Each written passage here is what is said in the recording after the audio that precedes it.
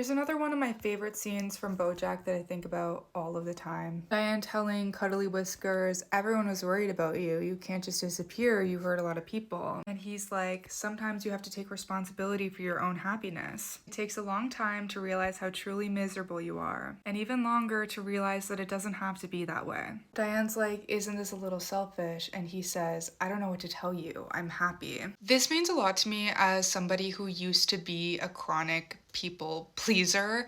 I was so worried about everyone's opinions of me, everyone's thoughts about me all the time. I can't do this because my parents want me to do this, or I can't do this because my friends will judge me, or I can't do this because whatever. The only time I've found happiness in my life and with myself is when the only person I'm making decisions for is for me. I think the whole like main character syndrome thing is cheesy at this point, but your life is about you, and it's not selfish to put yourself first and to think about yourself. Obviously, family is important. Friends are important. There needs to be a balance between caring about yourself and caring about other people. And I think that is very established as a concept within BoJack Horseman. We have a lot of instances where BoJack is incredibly selfish to the extent where it's like detrimental to the people around him, and that's not really what this is about. This probably has a lot to do with like the way Diane grew up and her family dynamic. She spends a lot of time being depressed and lost, not really knowing what her place in the world is. But she's a writer and she has a lot of stories to tell. It was clearly like a lesson that she needed to learn, that it's not selfish to think about your own happiness and what's going to make you happy.